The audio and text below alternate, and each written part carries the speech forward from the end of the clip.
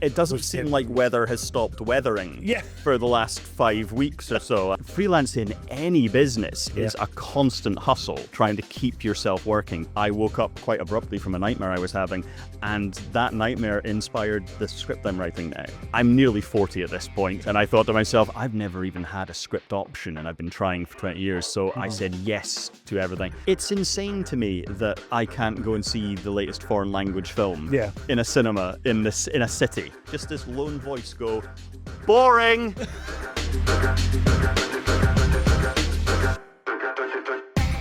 Welcome back to another episode of Seasonal Discussions. Still this face, still this voice. I apologise. It's 2026. You ain't getting rid of me just yet. Thank you for clicking on this. If you are new to the content, don't forget you can click like, follow, subscribe on the old YouTube channels. If you are listening to us on Apple Podcasts or Spotify, I'll stop waving at the camera now because you can't see it. But you can still click subscribe and follow the content. And if you're there and you enjoy what you're listening to, a cheeky little 5-star review wouldn't go amiss because it helps us in the algorithm. Thank you very much. Ah, goodness me, I'm running out of breath, which is not a good thing to do when you have a professional creative screenwriter, scriptwriter, just all-round busy human being. We are joined today by Chris Watt, independent screenwriter, scriptwriter, film. You do everything when it comes to movies. How are you, Chris? I'm very well, Chris. Thanks for having me on. Film worker. Let's say film worker. Film staff. Yeah, why not? Apologies to anyone if you get confused. Yes, also called Chris, so there's going to be a lot of Chris in this episode. Sorry. We're going to have one of those arguments, who's the best Chris? Like it's a Chris Pine, Chris Pratt thing going on. I've already lost that argument. I lost it a long time ago. I'm never winning that one. Before we get into things, how are you? It's the start of a brand new year. It's only February. Finally, the 200 weeks of January are done. It's felt a long one, hasn't it? I mean, usually January does drag a little bit, but I'm doing all right. I've been fortunate to be busy throughout the entirety of the month, and looks like it's going to be busy for the rest of the year for me, which is nice. But everybody gets that down in the dumps moment. Yeah, post Christmas, post New Year. So, it's a lot to take it, especially when you consider that blessed, drastic, call it what you will, snowfall that we had to experience. It doesn't seem like weather has stopped weathering for the last 5 weeks or so. And I think I would just like to say to the weather that, well done, you did it. You can stop now. We've had enough of it. Just when saying that weathering, that's something that I do now. Whenever we take the dog out, my partner, Zara's got a tendency of saying, can you check your phone and see what the weather's like? I look at it and just go, yep, there's weather. There. It is indeed weathering outside. Put the phone back down. I don't think we can predict what's going on. Just nothing seems to stop. No. The snow began, and after 2 days, it was like, right, we're done with it now. But for the next 8 days, it just carried on.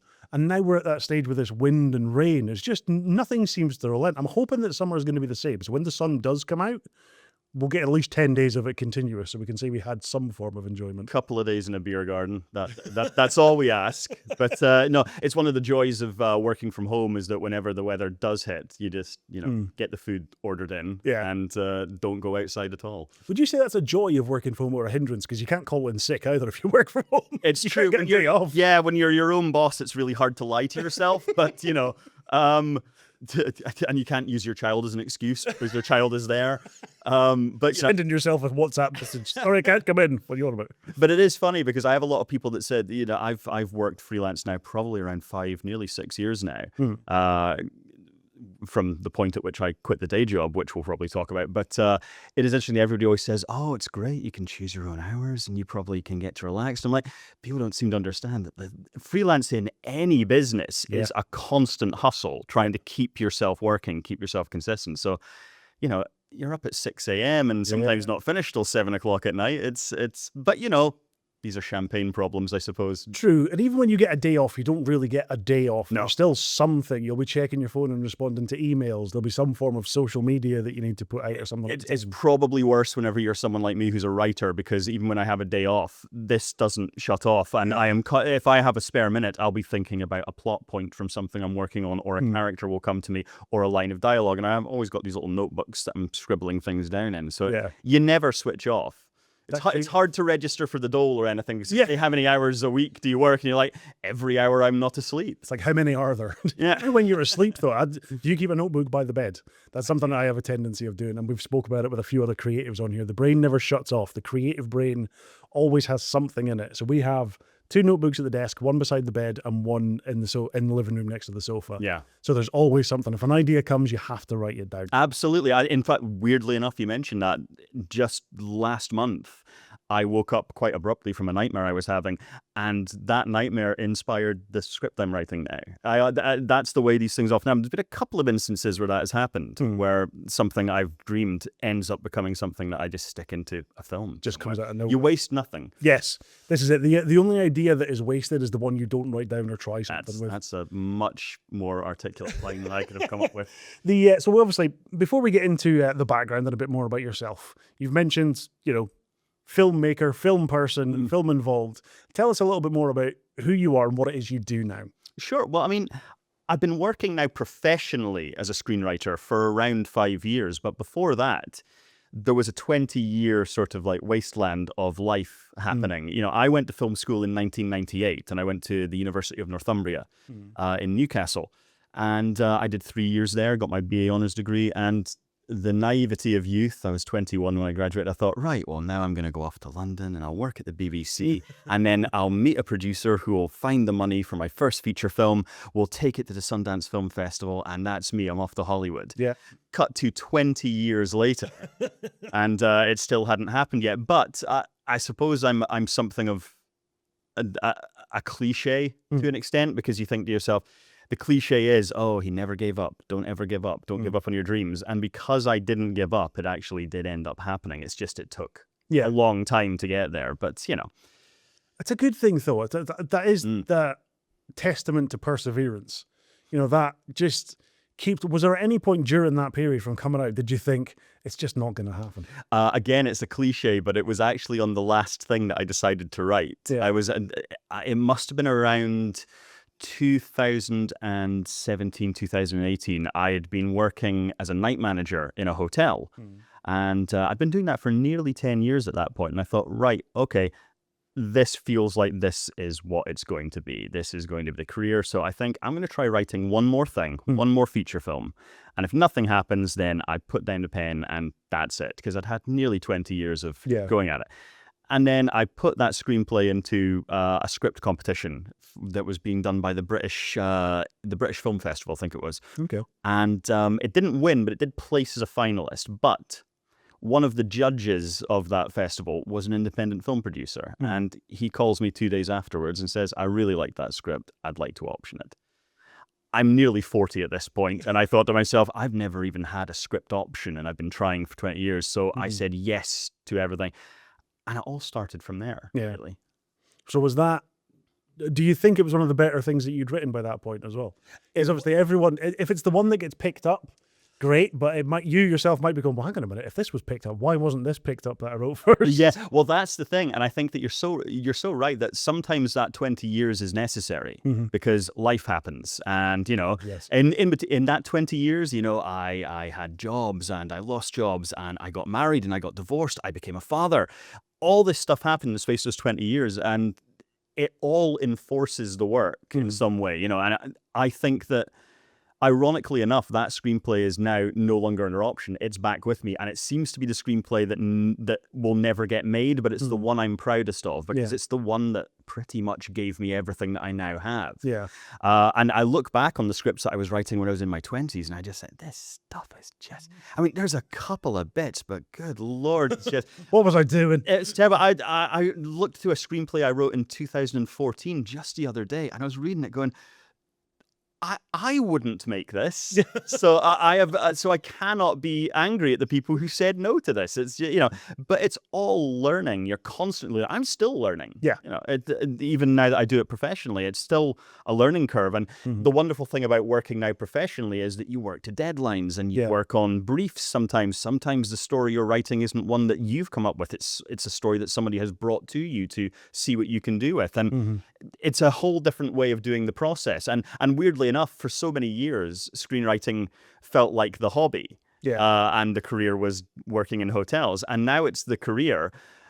it's weird because it takes on a different flavor. Yeah. You don't get the same kick out of writing a screenplay now that you're doing it for a living as you did when you were just writing it for yourself. And so you look to other hobbies and stuff. I like photography and things like that. So I go out and snap all the time, or I'll sketch, or I'll, it's a funny experience, but again, champagne problems, I suppose. I can't complain. Well, this is one of the things that I often find a lot of people who get into the creative sector start off with it as a hobby. Even if they have studied, or if they haven't studied that particular subject that they're involved in, videography, photography, script writing, doing anything in the creative sector can often feel like a hobby. Yeah. And then when it does become professional, I think a lot of people burn out really quickly because that pressure of working to deadlines, working to other people's briefs can be so confusing when you've been doing it for a casual hobby-like reason beforehand. I found that myself. I found that I kept saying yes to things as soon as I had my foot in that door, and I started getting a few offers. I didn't care what it was. I was just saying, "Yep, I'll do that. Yes, I'll take that. Yes, I'll take that." I ended up absolutely. I came close to burnout. Didn't burn out, but I thought to myself, right, I need to start slowing myself down and be a bit more selective, work on my own work as well. Take on the things that are going to be beneficial to you. But it becomes a weird balance as well, because it becomes a little less about creativity. It's still a creative endeavor, but it's less about it. You have to take the business side of things into consideration as well. You have to balance both out, and sometimes that can be tricky. Have you found that over the time, obviously, when you start writing, and when you start doing it professionally, like you say, you'll take on everything. You could be doing a horror rewrite for someone one day, and before you know it, you're doing a rom-com random thing for someone else the next day. Have you found that you've now settled into more of a niche, direct line of the kind of work that you like writing?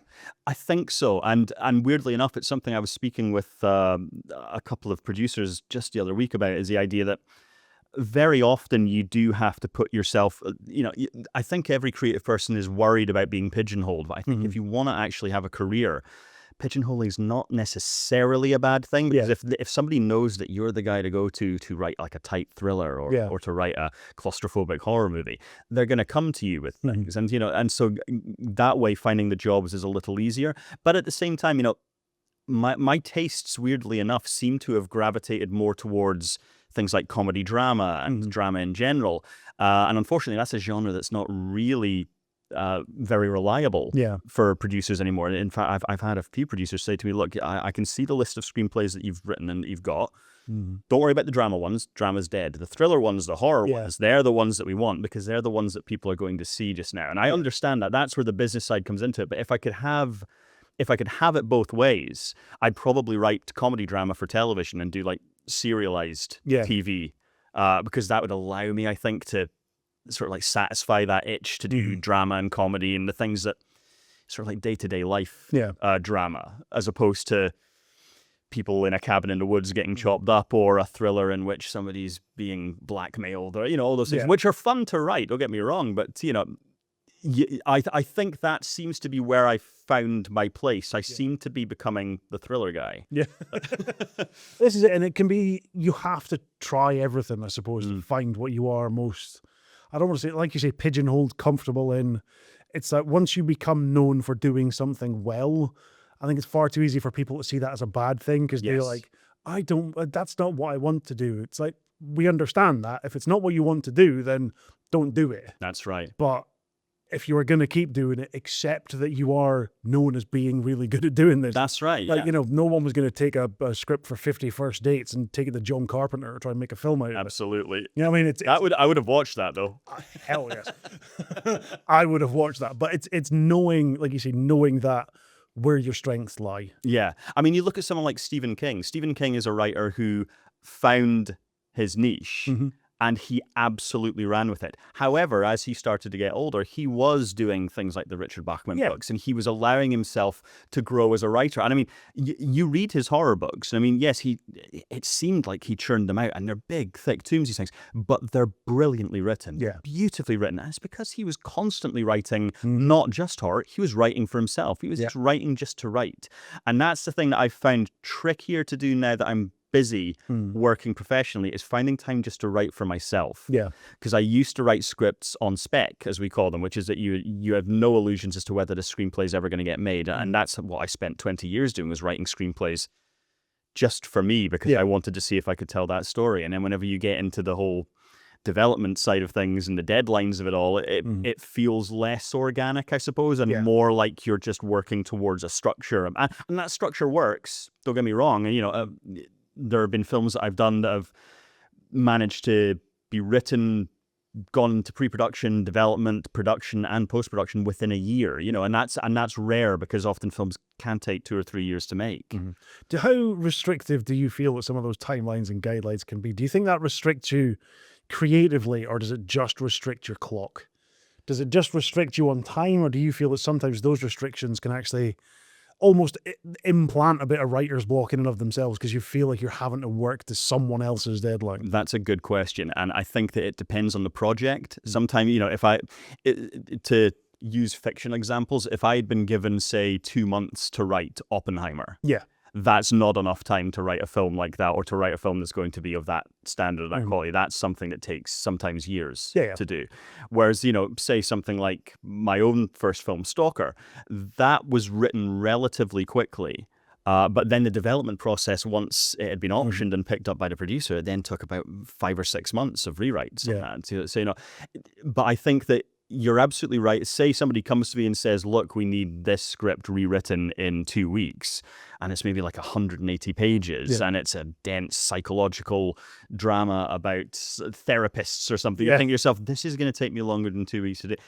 At a push, I could do it. But unfortunately, if you're pushing yourself, you're not going to get the best work out of yourself as well. So it can be limiting, but again, depends on the project. If somebody came to me and said, we've got this really neat idea for a little tight claustrophobic thriller, could you get this to us in a month? I could probably do that.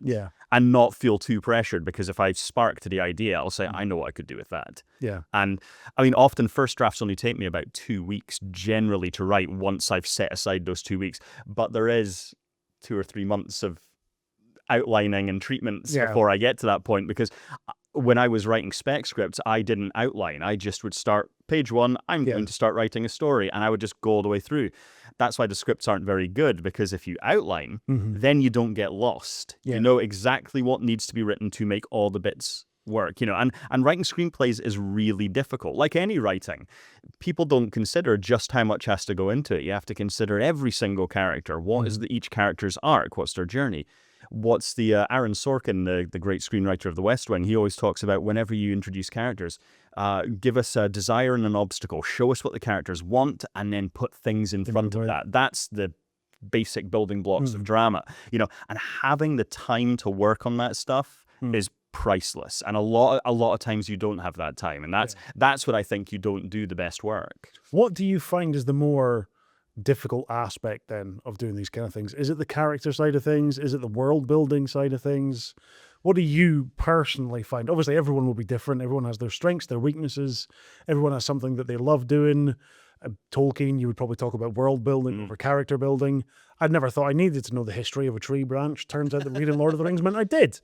There's obviously elements that everyone feels stronger at. Is there a particular part where you go, this is what I really love doing? I love building a character, or like building the world and the scenario that goes with it? I love getting characters talking. I think, and anybody that's seen my work will see that it is quite dialogue heavy. Now, sometimes that's to necessity, but I do like to get characters talking. And I think that because we all communicate mainly verbally, some people not so much, but we all mainly, that's our main method of communication. So talking has always been very important to me anyway. And I cannot stand whenever dialogue in a screenplay is boring and dull and doesn't find a rhythm or a movement to it. So I love writing dialogue. I love creating characters. I'd say if I have anything that I really obsess over and that I'm potentially not still 100% sharp on, it's plot. I kill myself over plot. And I never used to. I used to do the sort of, I grew up in... I was a teenager in the 90s, so Kevin Smith came along with Clerks, and I thought, well, all you need is 2 characters talking in a room. That's all you need. As long as the dialogue's good, it's fine. and it isn't all you need, unfortunately. Sorry, it works for that, but and so many of my early scripts were just two characters talking throughout the whole thing, and I became obsessed with trying to write something that had no dialogue in it at all, that was just about behavior and plot structure, and and there are some great films that almost do that. You think of the Coen brothers kind of do that with No Country for Old Men. You look at that movie and it's very sparse with its dialogue. You could almost make a silent film out of that, and yet it's utterly gripping and paced, and there's no fat on it. It's incredibly well sculpted. That's the kind of stuff I look to and I say, I want to do something like that. I want to do something absolutely as tight as possible that doesn't need characters monologuing every 2 seconds. I understand why people do that in indie film in particular. When you don't have a lot of money, you don't have the resources, it's easier to just if you can get two really great actors and give them really good dialogue to speak. But it doesn't necessarily make for compelling cinema. Yeah. Sometimes it's easier for people to literally tell the story as opposed to trying to tell the story visually and through what you're seeing and what you're engaging with and what you're taking in. That's right. There's a show don't tell discipline that there is in screenwriting, which is something that when I speak to screenwriting students, I'll always say, a lot of times I'll have a screenwriting student say to me, I've been writing this dialogue scene and I'm stuck and I don't know how to get them talking again. And I usually say, well, look at the scene and think to yourself, do they need to say anything? Can it be said? There are 1,000 ways to verbally say I love you, but you can say I love you with a look, with a gesture, with a touch, with there's so many ways that you can do it. And film is a visual medium, and that's something I think sometimes screenwriters forget, is that you are writing first and foremost for a visual medium. Now, yes, there is sound, there is dialogue, and dialogue can be very important, particularly in things that require a lot of character work and a lot of mystery, or like murder mysteries. You can't make a murder mystery necessarily without dialogue. It'd be an intriguing one. I must admit, that'd be worth a watch. That, you know what? That's already got my brain thinking, could I make a murder mystery without dialogue? Maybe you could. A bit of Poirot, but no one speaks the entire time. Like Knives Out, but just in total silence. I'm always intrigued by how people get involved in this kind of process, because it's something that any creative, and I mean literally any creative, videographer, photographer, podcaster, whatever you want to call them, everyone at some point in the creative industries has thought, I could write a script. Everyone has. And I guarantee 90% of us can't. We just can't do it. But I think it's something that you have to get started in early if you're coming into this kind of process, and it's something you have to love. How exactly did you find your way into writing those spec scripts to start with? Like, how did you get started in going, script writing's what I enjoy doing, I want to start doing it? Was it just a case of putting pen to paper on an idea, or was it a development process at the beginning? You know what? It feels almost like a natural evolution. I always I've got like a built-in anecdote about my own origin story, which is that the earliest memory I have is being 2 years old, taken to see E.T. in 1983. And it's funny to think that the earliest memory that I actually have is going to see a movie. It was in the big old beautiful movie house. It was called the Playhouse in Peterhead, which now unfortunately is a nightclub, or was a nightclub. I'm not even sure if it's a nightclub anymore. I think it's still a nightclub. But, and ironically enough, I ended up being the projectionist there the year before I went to film school. So, which is still, as far as I'm concerned, one of the best gigs I ever had. But it's interesting because I was born in 1980, so I grew up VHS generation. And I always gravitated towards movies. Every single time. And I had two older brothers, so they were always coming home with the videotapes that were maybe not necessarily age appropriate. So I saw everything and I watched everything. I ate it up. And I knew from that point that film was the thing that more than anything else in the world, was the thing that I liked the most. And so that was always there, the love of film, the love of going to the cinema, the love of watching movies. But it wasn't until I must have been about 12 years old that an actual film crew came to the northeast of Scotland, and it was for a film called Salt on Our Skin, which was directed by Andrew Bergman, I think it was, Bergman. And we all got parts as extras in it because I needed locals to be as extras. And so I went along and we were down at New Aberdeenshire Beach wearing period clothing in like these like shorts and tweed coats and stuff like that. Freezing to death. I was going to say the ideal. It was. I can still remember it to this day how cold it was down there. But I remember watching the cruise and seeing all the people behind the cameras and seeing what goes into just 5 seconds of screen time. Yeah. And I kind of got hooked on the process right there. And I was only 12. But I was already seeing, it's like seeing how the sausage is made. You know, you start to go like, well, that's interesting. I didn't know this is what needs to be done. And from that point on, I started to dial into, right, I thought maybe I should be an actor so I can be around this all the time. Yeah. And so weirdly enough, when I got to secondary school, I went to Peterhead Academy. Okay. I went into their drama classes where they did the school plays every year, and thank God I did, because I had a terrible time the first couple of years at Peterhead Academy. I didn't adjust to secondary school very, very well. Yeah. I was quite popular in primary school, and it's a smaller environment, and then you find yourself dropped into that huge environment. All of a sudden, you are nothing. The literal big fish in little pond from into big fish in ocean, and all those cute shticks that people thought was cute and funny.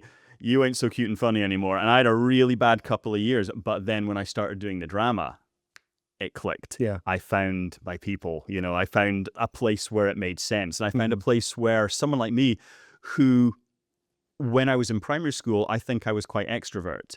When I went into secondary school, I became immediately introvert. Yeah.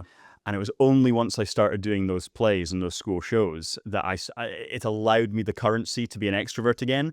And then whenever I would get off the stage, immediately back to being introvert. I wasn't a particularly happy teenager, to be honest with you. I don't know if anybody's a particularly happy teenager. It's a very strange time. I think I was a little bit more withdrawn than most. And it's weird because I say that to some of my friends that I grew up with, and they think, well, I never got that from you. And I'm like, that's because I was performing, you know, behind a closed door. But behind a closed door, I started to study those scripts I was getting for these school plays. Because when you got your part, you'd get a script. Yeah.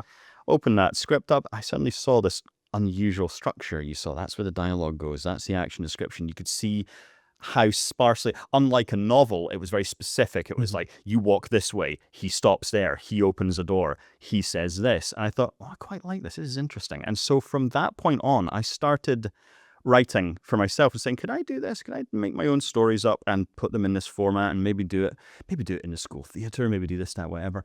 And that's where the journey really began. I must have been about 14 or 15 when that started to kick off. Now, I think it's important to highlight certain people whenever you're talking about how you got to where you were. And in my case, I had a brilliant teacher. And I'm sure you've probably heard this sort of story before. There's always a teacher that was really inspiring. And the teacher that I had was the head of the drama department at Peterhead Academy. He was an incredible man called Phil McMillan, who I haven't spoken to in must be over 20 years at this point. He's probably retired now. And I don't think he'll know just how important and how influential he was to me. And in terms of allowing me to have a voice, allowing me to matter. We're getting into touchy-feely territory, but I'll keep it together. It's relevant. But it's I think it's very, very important to champion certain people who help you get to where you are. And, you know, admittedly, after I left film school, there was a 20-year wasteland where I was doing nothing except just working and living my life. And so obviously I would have fallen off anybody's radar at that point. But I think it is important to state that had he not been so encouraging to me, I don't think I would have ended up where I am now. I absolutely believe that. And he also gave me the best lesson I've ever seen in how to deal with an actor. Now, I don't direct. I'm just a screenwriter, but I filter it into when I'm creating characters. Yeah. And this is a fun story. But I remember the very first school play I ever auditioned for, I got the lead role.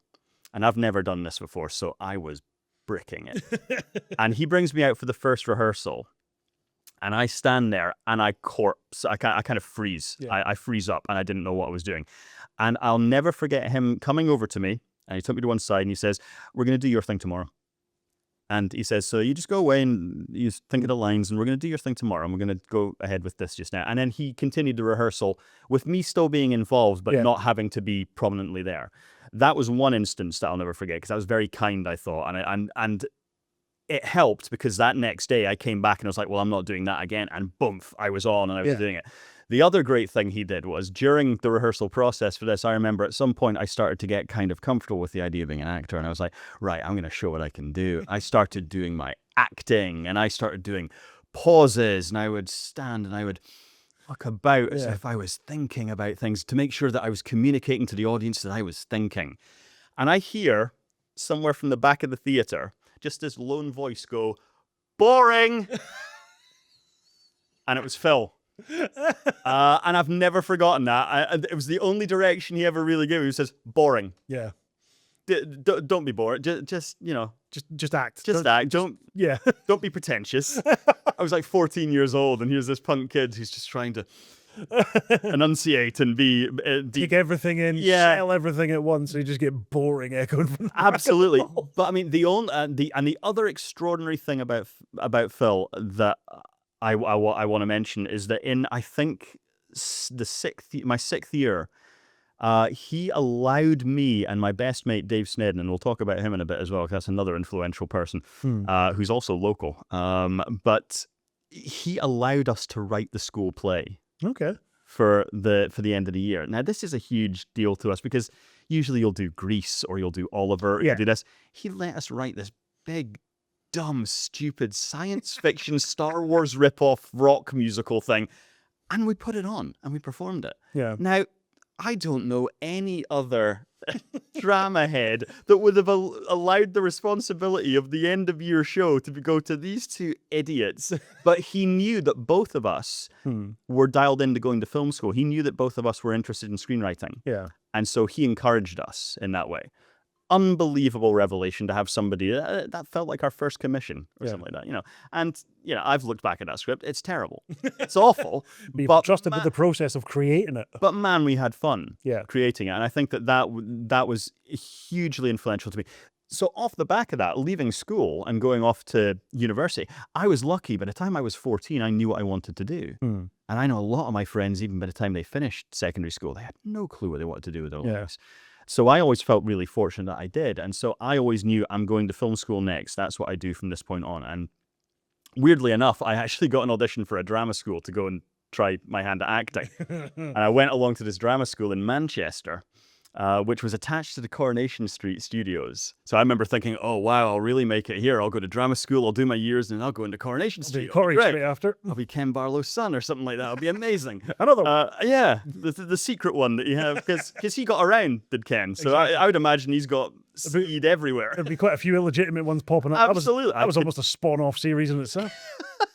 But, I went down for that audition, and I don't know what I was saying. Looking back now, I don't know what I thought I was doing. It was I think it's because I hadn't had any offers of an interview for film school at that point. I'd applied to a couple and I had heard nothing back. And I heard back from this drama school. So I thought, right, well, I'd better go and do this audition because this might be the only thing I get. And so then I'll be an actor. I go down for this audition and they make it a sort of an audition where you do it in front of everybody else that's auditioning that day. Oh, good. So it's this big semicircle of all these wannabe actors. Everyone judging each other the entire time. And I'm in the middle of this semicircle, and they start at one side and they start going round, and you have to step forward into the circle, and you have to do you do your Shakespeare speech, and you sing your song, or you dance your dance, or and I'm watching these people coming forward, and every single one of them is more brilliant than the last. And I can see it coming towards me, and I'm watching these people come up and perform, and I'm thinking, I'm not an actor.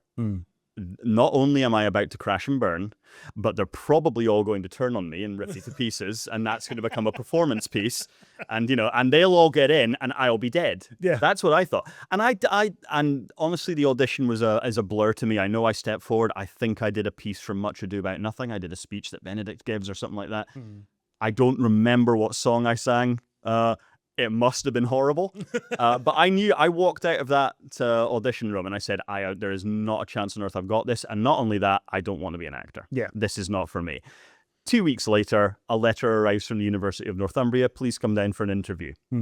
I go down for the interview. My poor long-suffering mother had to drive we're in Peterhead, and she had to drive to Manchester for this stupid audition, and then she had to drive to Newcastle 2 weeks later for this interview.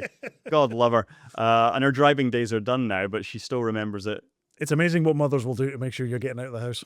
Absolutely, to get me as far away as possible. You're going to go on an education if I have to drive you there and leave you if But she took me down there, and I remember going into that interview, and I knew film. I'd grown up watching movies. My video collection was insane. The VHS kids, for all you people out there, it's tape. It's what we used to have before you just clicked the button on the internet and got a movie.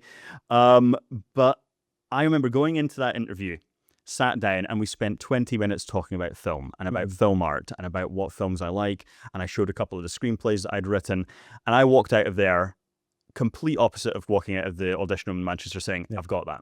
And I did get it, and I got an unconditional, which was great because it meant the last half a year of secondary school didn't matter.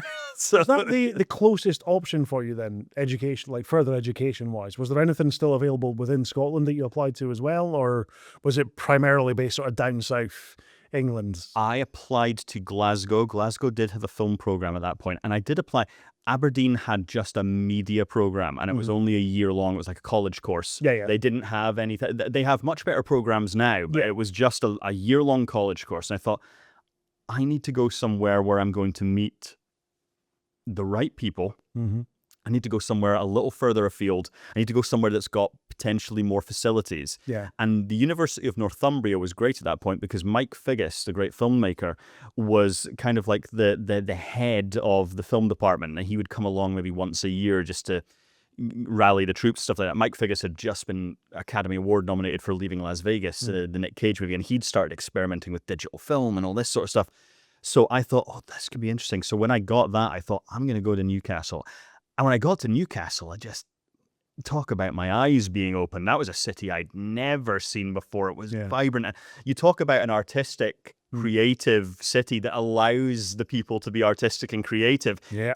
And its facilities are incredible. So, you know, I feel very lucky that I went there. And I love going back there. I was back there 2 years ago with a short film that I had co-written that got into the one of the film festivals down there. So it was so nice to come back after 20 odd years to the place where I'd learned it all and show a film that I had made. It was great. How important do you think that experience of getting away from the city that you're in, or the city, obviously Peterhead, Aberdeen's the closest sort of big city to it. You mentioned about getting away, getting out of that sort of little comfort zone, spreading your wings a little bit further. How important do you think that process is for the development of your own creative process, to get away and put yourself in a completely different environment to learn from? I think it was crucial. Yeah. I think it's crucial for anyone, particularly if you're a creative, because when I was in Peterhead Academy and I had my group of friends that I spoke to, and we all liked movies, we all liked this, that, whatever, but they liked movies. I really was into the art form. I watched the foreign language films. I watched all the independent stuff, the weird cult movies, all that stuff. I was the one that would stay up till midnight when BBC Two would show Moviedrome, which would show all the weird cult movies and all that sort of stuff. Which was kind of your first film school if you're anybody that was interested in cinema. But you go down, you step out of your comfort zone, you go into an environment like that, particularly in Newcastle, which was full of artists. Yeah. And all of a sudden, I'm having conversations about like Beckett and Proust, and I was getting turned on to all these musicians and pieces. I always knew who David Bowie was, but it wasn't until I was in that environment that I really started to understand stuff like Bowie or the Stones, or and these obscure bands, and I started to experience things that I started to experience gig culture. I'd go to more live gigs. Peterhead was not known for its gig culture. Yeah, a lot of buskers, but not many. And even things like theatre. We got good theatre in Newcastle. I mean, Aberdeen would get some pretty decent theatre at His Majesty's, but you were getting some of the stuff from London would come up, and you'd get more plays than musicals and things like that. And unbelievable revelation to me. I would spend an afternoon walking around an art gallery, and I wouldn't have done that when I was with my teenage mates or anything like that. It's funny.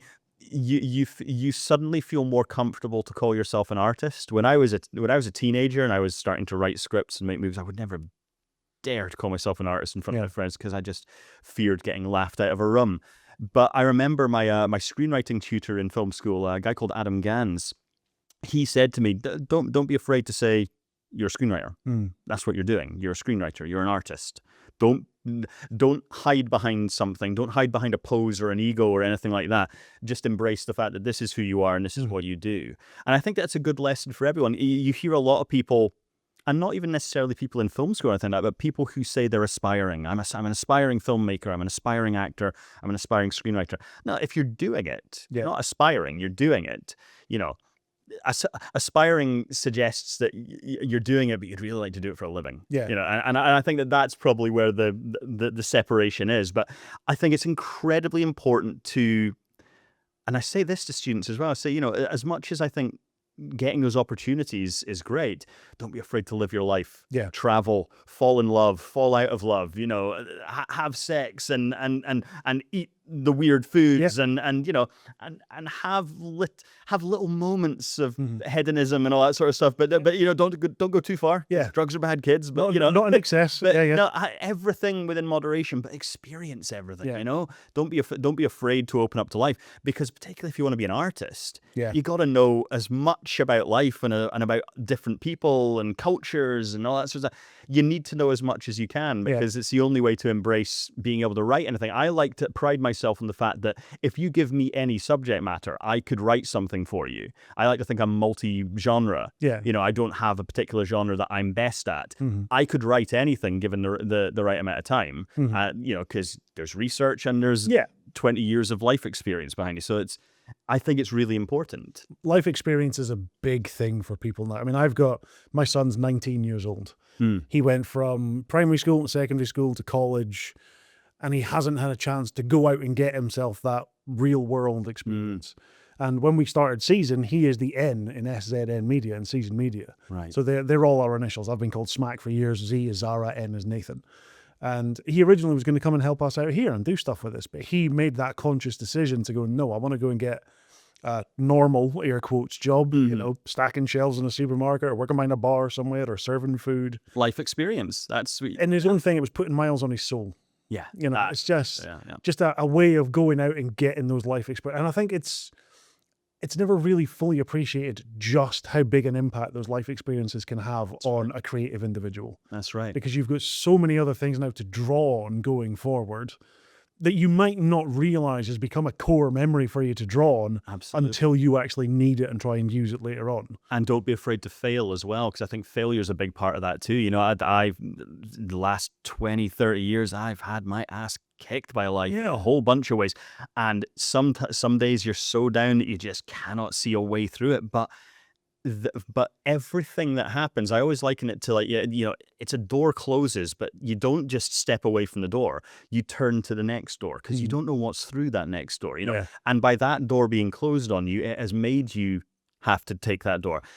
And, often I think to myself, thank God I failed at that or that, because I met this person. I ended up doing this. I lost a job a little over 10 or 12 years ago, and it felt like the worst thing that ever happened to me. I wouldn't be doing this now. If that hadn't happened, I'd probably still be in that job. Exactly. It's extraordinary. Never be afraid of failure, I think. As painful as it can be sometimes. Oh, failure will knock you down, but you still have the choice to get up again and keep going after. That's right. Yeah. Like you say, about from when one door closes, I think it's not even the knowing to turn and look at the other door or step back from that one. It's don't stare at that door wishing it would open again. Absolutely. Don't stand and wait for that door to reopen and give you another opportunity. That's right. If it's closed now, it might open up again later on, but you're going to get nowhere if you just stand in place and wait for it to happen. That's right. Go and make something happen. Like we're big advocates of, if you have an idea, make the idea. It might not turn into anything, but it might lead you to a connection who can turn you on to something else. Right.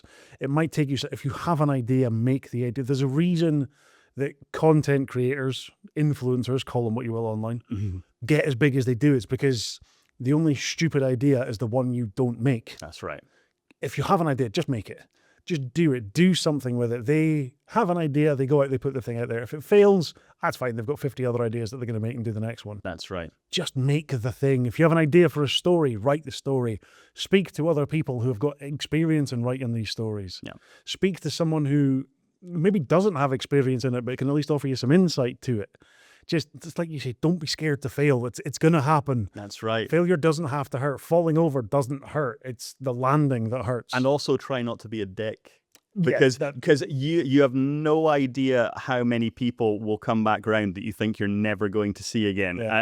And it works in so many wonderful ways. I mean, just by being a decent person, people will remember that, and it will come back later on. That happened with my second film, The Mire. The director of that, Adam Nelson, he and I knew each other for about 5 years before we worked together, because I worked for a while as a film critic for a couple of websites and magazines and things like that. And his first feature film came out. It was this little micro-budget, little domestic drama. And I gave it a really good review. And we became friendly off the back of that. And then 5 years later, I wrote a screenplay for him and it got made. Yeah. You know, so you never know who you're meeting on this journey. And again, that was another contact that came from my world kind of imploding to an extent at that point. But you know, you just keep getting back up.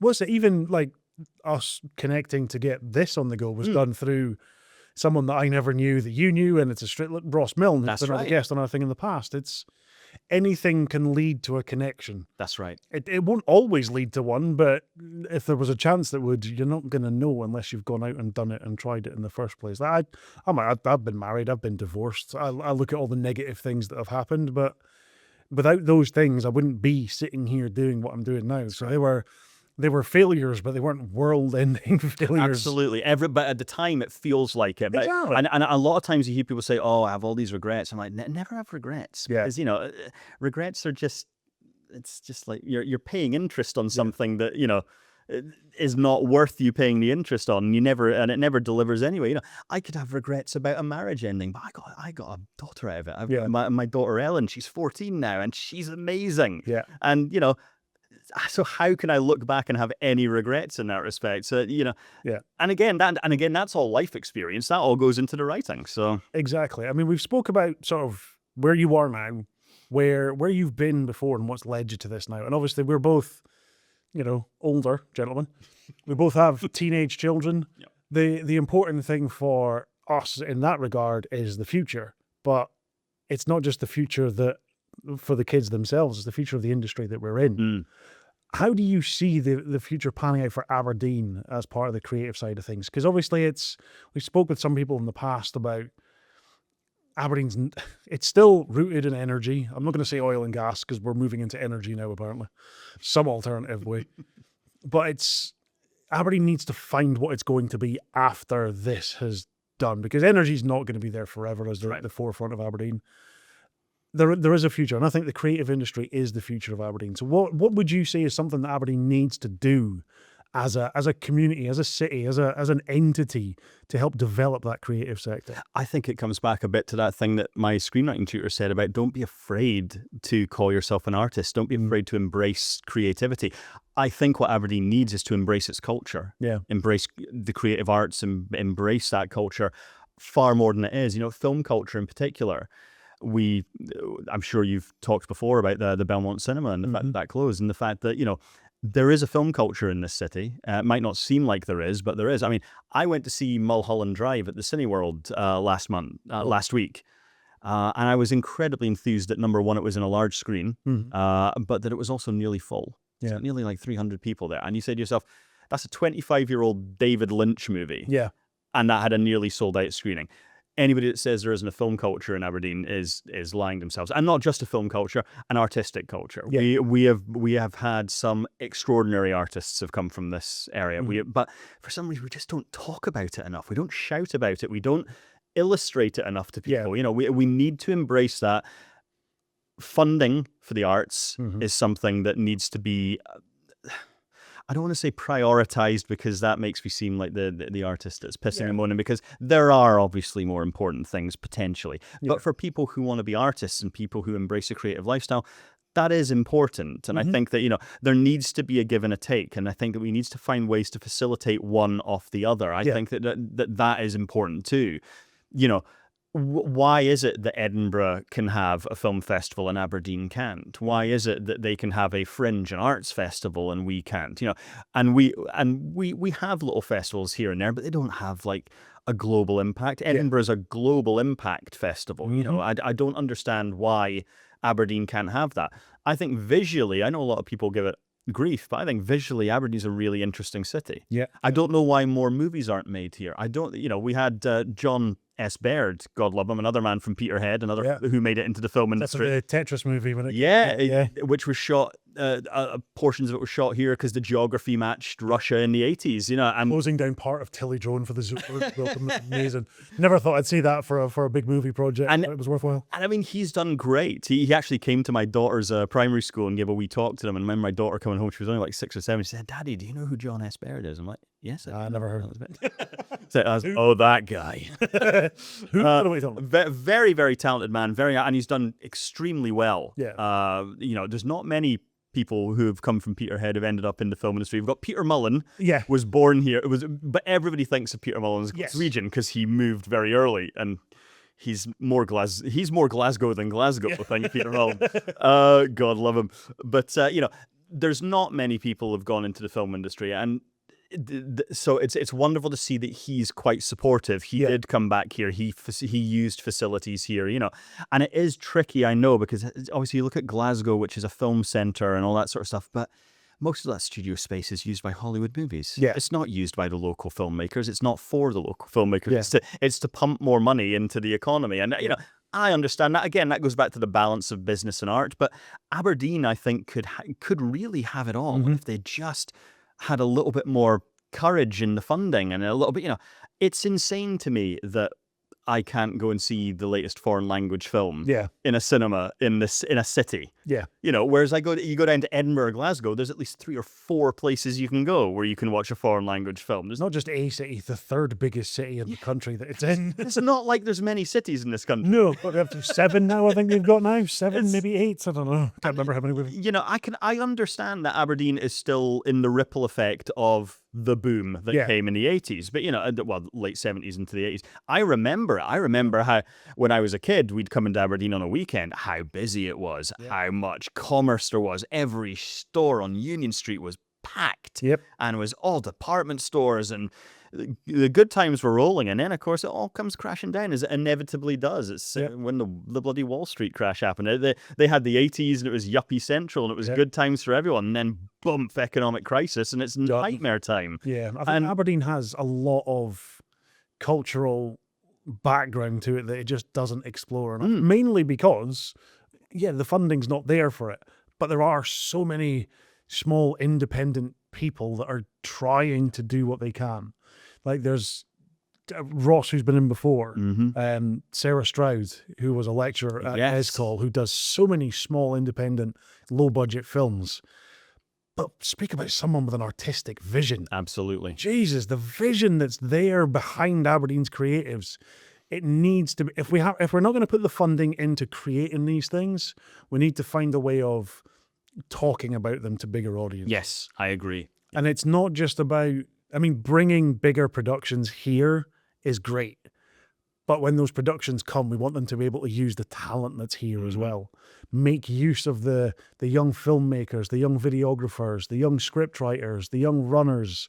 Anything that they can make use of that is already based here will mean that people are more likely to stay here and know that they have those opportunities coming. Because right now we are creating so many talented individuals and developing so many talented individuals, but it's benefiting other places because that's where they're going and bringing the money in. And I'm a product of that myself, and I throw my hands up. In order to have a career as a screenwriter, everything that I've had produced has had absolutely nothing to do with Aberdeen. I live here, but and I write my screenplays from my little writing room, but that doesn't mean that these films are getting made here. They're produced by English producers, and some of them are like The Mire was shot in Portsmouth. Stalker, my first film, was shot in Stranraer. No, I know it doesn't look like it was shot in Stranraer, but it was. And The Brook, the latest one that I've been involved with, that was shot in Newcastle. So, I would love to be able to write something set in Aberdeen that could be shot in Aberdeen by Aberdeen filmmakers, but it's there's no way that that's going to get financed, unless you're Glasgow or Edinburgh. The film industry doesn't seem to acknowledge much in the way of Scotland, except for the Highlands. And that's only ever the big Hollywood productions that go up there anyway. But It bypasses everything between sort of Inverness and Glasgow, Edinburgh. That little section of Scotland just seems to get missed out for some reason. When you consider the locations that we have, like the coastline across the northeast coast, I mean, Local Hero used it back in 1983 or something like that when Bill Forsyth came up here. Obviously, he used the west coast as well. He did a bit of movie magic, but you look at Local Hero and there's Pennon and there's the phone box, and you know, and half of that is still there. It hasn't changed a huge amount, but. Talk about utilizing what was there and to make it almost iconic. And I'd love to be able to do something like that. I'd love to be. I mean, I've seen some of the films that get produced up here in Aberdeen, and as talented as these people are, they generally are either horror films or movies about drug dealers. Yeah, and it's usually 21-year-old.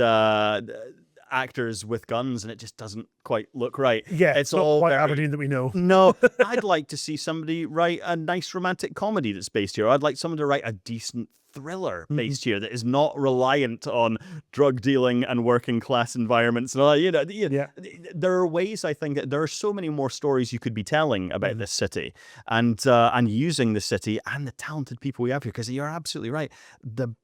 I know a lot of the people that are trying to get stuff made in this city, and they're extraordinary. And they've got really incredible vision. Ross, I think, is a really interesting example of that. I just saw his film Oldborough just the other day there.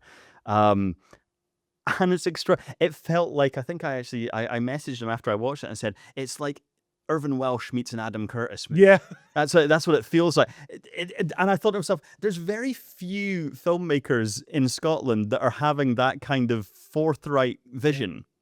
And, you know, and I don't know whether that film's commercial. I have absolutely no idea. That's out of everybody's hands. It's the same with any film that I've made. Yeah. Once it's out there, you have no control over whether people are going to see it, whether they're going to like it, whether this, but damn it, he made it. He made it, and he made it exactly the way he wanted to make it. And I'll tell you this much.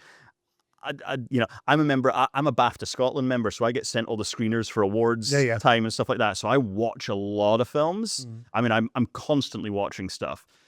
And I've seen a hell of a lot worse stuff than that have been made for a lot more money with a lot more high-profile people. Ross's brain works and operates on a different level. And I think when films like Oldborough come out, for people who know him or who've had more than a 5-minute conversation with him, you can watch things like that. I haven't fully watched through Oldborough yet. He has sent me the link to it, and I've quickly as soon as he told me it was something that was being edited and produced in it's a wild movie. I instantly went, cool, I'm in.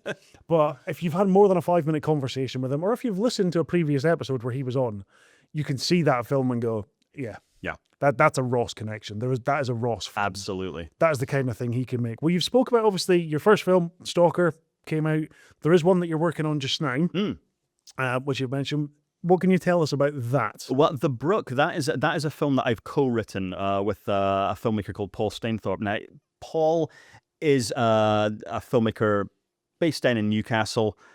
He's about 6 months older than me, so we're the same generation. It's very much a film that is steeped in the kind of movies that we grew up with. We're VHS generation. It's a bit John Carpenter. It's a bit American Werewolf in London. It's but it's also got a bit of that, like The Lost Boys or even Stranger Things to it. There's a retro nostalgia kick to it. It's a horror sci-fi thriller, and it's a bit of a coming of age story as well. There's a bit of Stand By Me in there, I'd say. Nice. It's a big genre hybrid, really.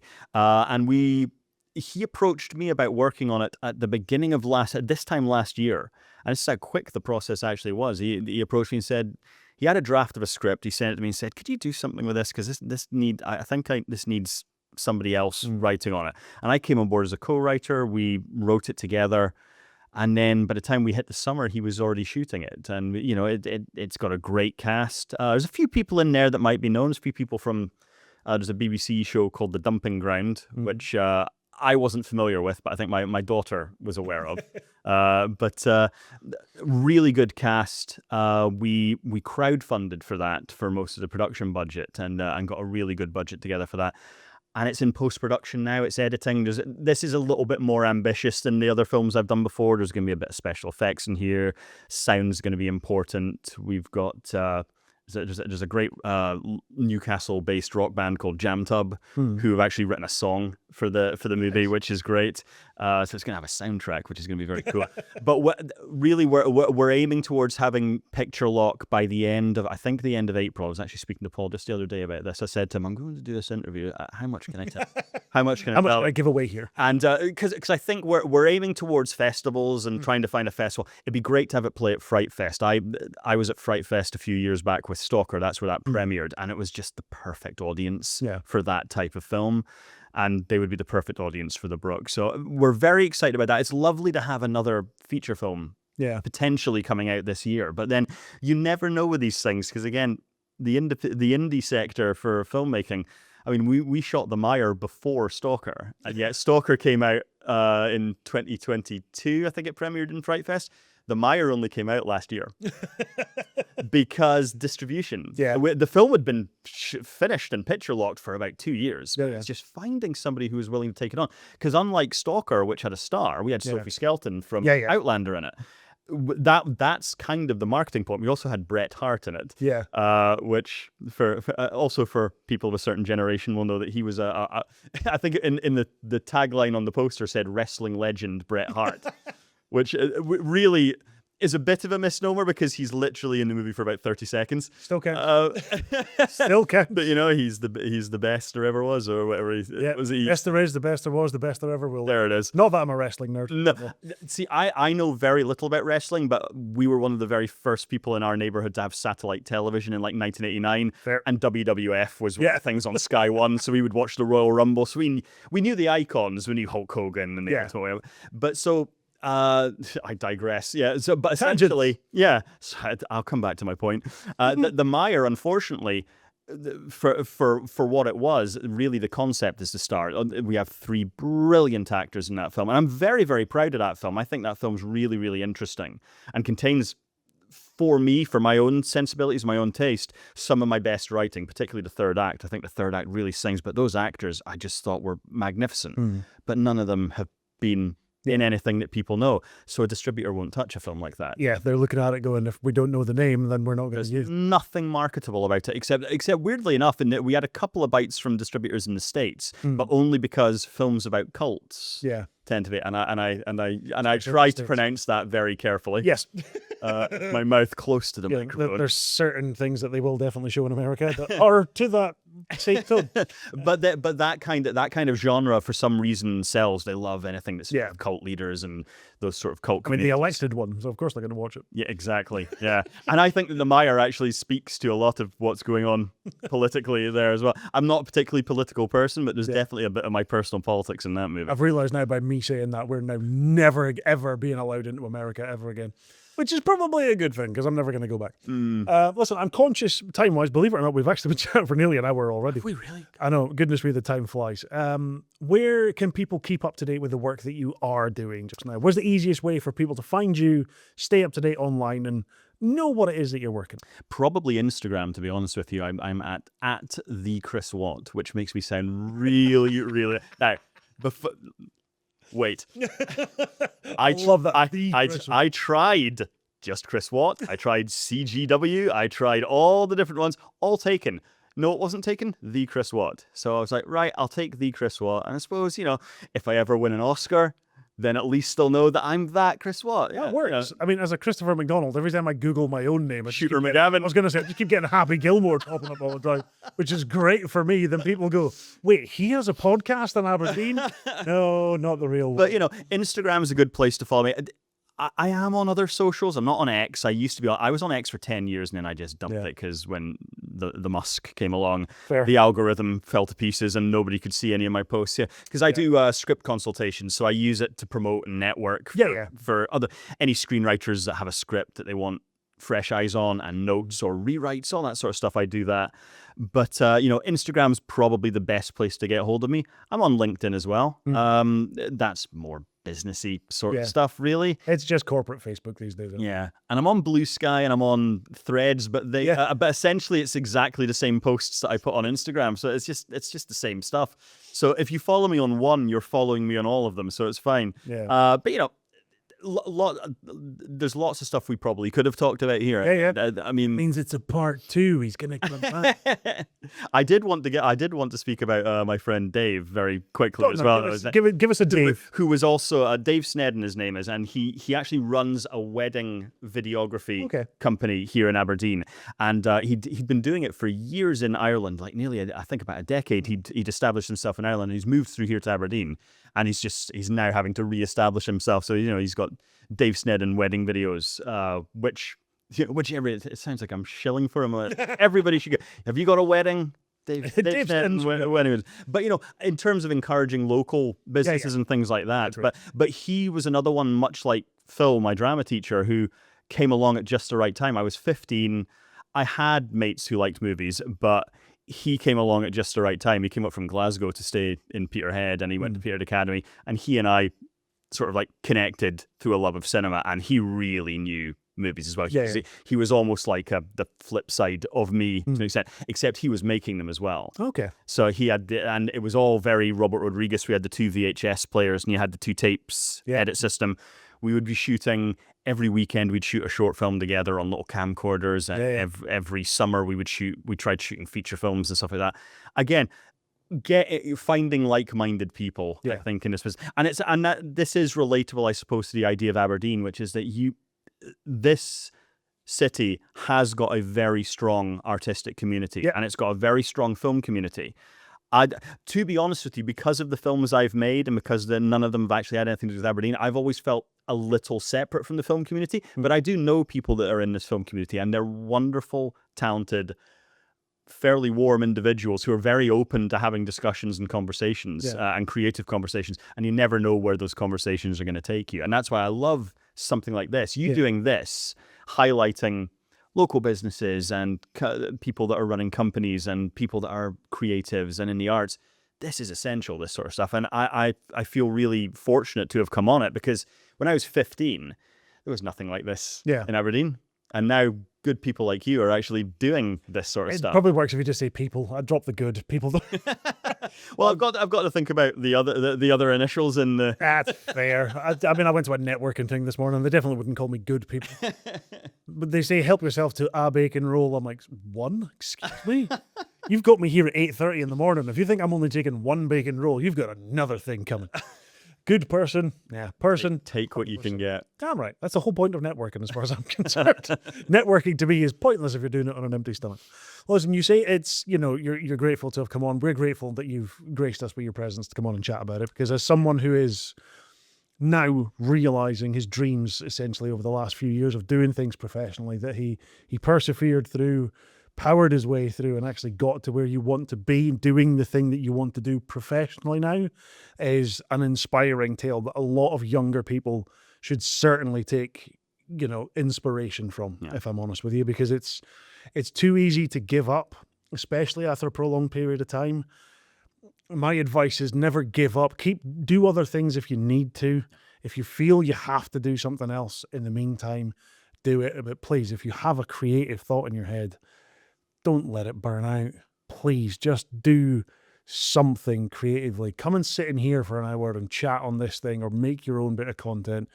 Everyone's got a phone in their pocket these days, and the cameras and everything that are on these now are so capable of capturing things in 4K, 8K, call them what you will, but they're capable of capturing what it is you want to make. That's right. The notes apps are there if you've got ideas. Use the tools that everyone has available. We weren't lucky enough to have these tools when we... No, we weren't. And it's funny how many people misuse these tools. We don't use the incredible facilities that are in our hands the way we should.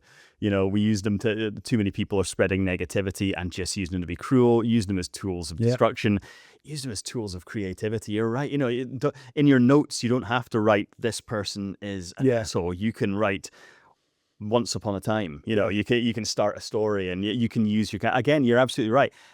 We used to use big chunky cameras that you used to have on your shoulders to film things whenever I was a teenager. Now it's in your pocket, and it looks 100 times better than anything that I produced back then. And your posture will thank you for not having to carry around those damn cameras anymore either. That's why. Listen, Chris, thank you very much for coming. It's been an absolute pleasure chatting to you. We'll have you back in again at some point for sure. There's definitely so much more we can talk about as we're going forward, especially with your film nearing final. Yes, I'll come back and we'll talk about that. We're going to have Ross come back in and chat to us about Oldborough once it's great. officially released, so it'll be your chance to come in afterwards. You never know, we might get the pair of you on at one point. That would be fun. That'd be a nice little 3-hour special.